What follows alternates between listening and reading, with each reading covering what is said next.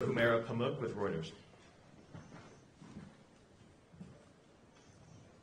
Hello, good afternoon, Mr. Secretary. I have two questions, one on Ukraine, one on Gaza. So the Biden administration has allowed Ukraine to strike targets inside Russia to defend Kharkiv.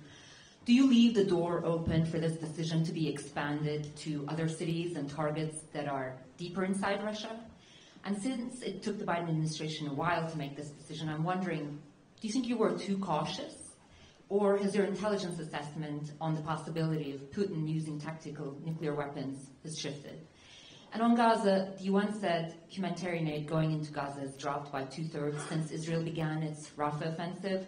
Your colleague, USAID Administrator Samantha Power, who's an expert on genocide, yesterday said the humanitarian conditions in Gaza were now worse than ever.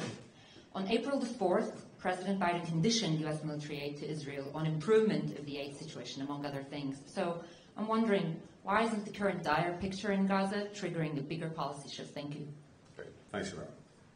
So with regard to the use of U.S. arms by Ukraine and Russia, I said this the other day.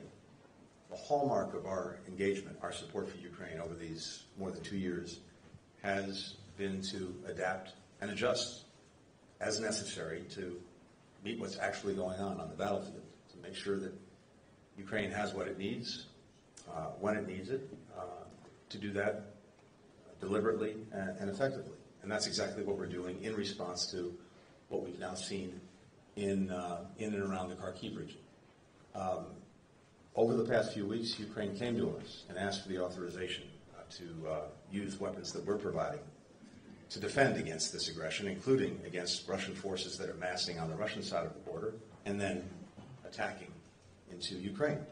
That went right to the president, and as you've heard, he's approved the use of our weapons for that purpose. Going forward, we'll continue to do what we've been doing, which is, as necessary, adapt and adjust.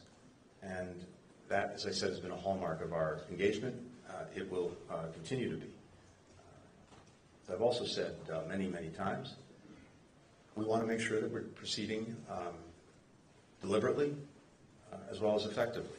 So I think time and again, we've adapted, we've adjusted, we've provided Ukraine with the systems, the weapons that's needed. But again, as I've shared with you many times before, for example, when it comes to weapon systems, we also want to make sure that they have the necessary training to use the weapons, and they have the necessary capacity to maintain them. So you have to look at this in a comprehensive way. And I think if you look back, as well as look at what we're doing now, it reflects very deliberate determination to make sure that we're getting Ukraine what they need when they need it. With regard to Gaza and the humanitarian situation, the humanitarian situation remains dire for people in Gaza. We've seen changes, some positive changes, but the net effect is not there. The positive changes are that, of course, crossings in the north have been opened in recent weeks, including Zakim. We have a route from Jordan that is getting trucks in. If you look at the number of trucks that are actually getting to Gaza and going in, it's up significantly. But distribution within Gaza is not working effectively. And part of the reason for that are the combat operations in the south. In addition, Rafah gate continues to be closed. President Biden secured an agreement with Egypt and with Israel to make sure that goods could go through Kerem Shalom, including goods coming from Egypt. But Rafah remains closed, and that's a real problem.